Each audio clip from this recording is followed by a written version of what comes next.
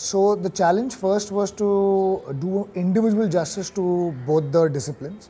When it came to writing, it was important. I was attempting a romantic comedy, so it was very essential for me that I do not follow any cliches which have already been seen in Indian cinema, but yet at the same time maintain the commercial aspects of cinema which I've grown up watching. Then when it came to direction, what was important is what I had written to ensure that I can completely translate that on screen. I was working with actors Varun and Alia who at that time were one film old, and it was important that every dialogue or every nuance that I've written in the script, I'm able to help direct them and bring it on to camera. So I think that was really the dual challenge of writing your own film as well as directing it, because you're very close to the script. So, but when you are directing it, you need to be able to give it another perspective other than what you were writing it. I pretty much realized that I want to be in the field of entertainment when I was about 17 years old. Though I'd been watching films since I was very young, almost 8 or 9 years, and I was sure there's something एक entertainment का कीड़ा है मेरे में. So I started kind of working towards entertainment since the age of 18. I got into dancing, I got into doing events and stuff, and then of course when Whistling Woods International was announced, that seemed like the next logical step to get into the field of entertainment.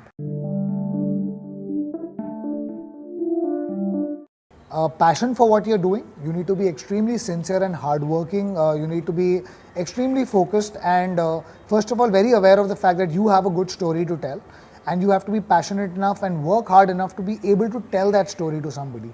And I think it's really that passion which helps you translate from, say, assisting on a film set to be able to go and convince a producer to back you in your vision. So that's how I have been in my journey from Whistling Woods to the industry, that passion is important and you cannot ever give up. You cannot let one or two failures put you down.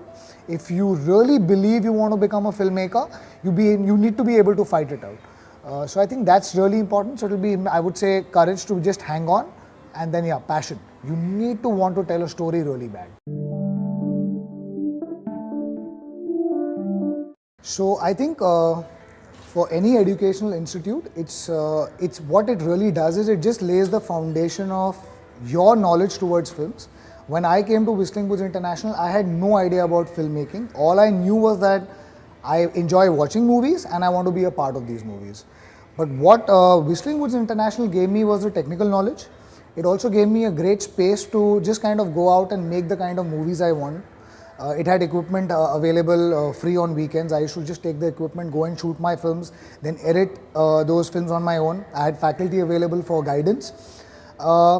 And we had, the best part was we had working faculty. All our faculty members were part of the film industry and they were actively part of it. So all of us got the opportunity to go on film sets while we were in the institute. So what that led to was when I went out for my first project, I never felt nervous or intimidated. Rather, I felt that I belonged here. And I remember that I was only 1 year into the institute when I did my first internship on Subhash Ghai's Black and White. And not even for a moment did I feel that, oh God, this is something I cannot do. That's where I felt that the strength of the education lied, that it just prepared you for the industry. I think the lessons I've learned even earlier, before I became a director and through my process of shooting, that anyone who really wants to become a good director, or a director for that matter, needs to be a very good man manager. You need to be able to communicate really well with everyone who's part of your unit and get the best out of them, because you might have a very good vision or you might have a clear vision, but if you can't inspire your team to become one with that vision, then it's not worth it.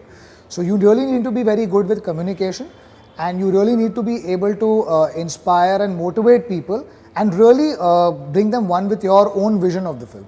And I think that's really important, not just as a director, but anyone who wants to be part of the movies. The one thing I can only, not even advise, but suggest is be really, really passionate, be really, really focused. There are going to be a lot of people who might turn around and say that we are not sure, tum ye kar paoge ki nahi. and you don't need to believe everybody. You just need to believe in yourself. And if you really want to make a movie, I am sure one day you'll go out and make a movie.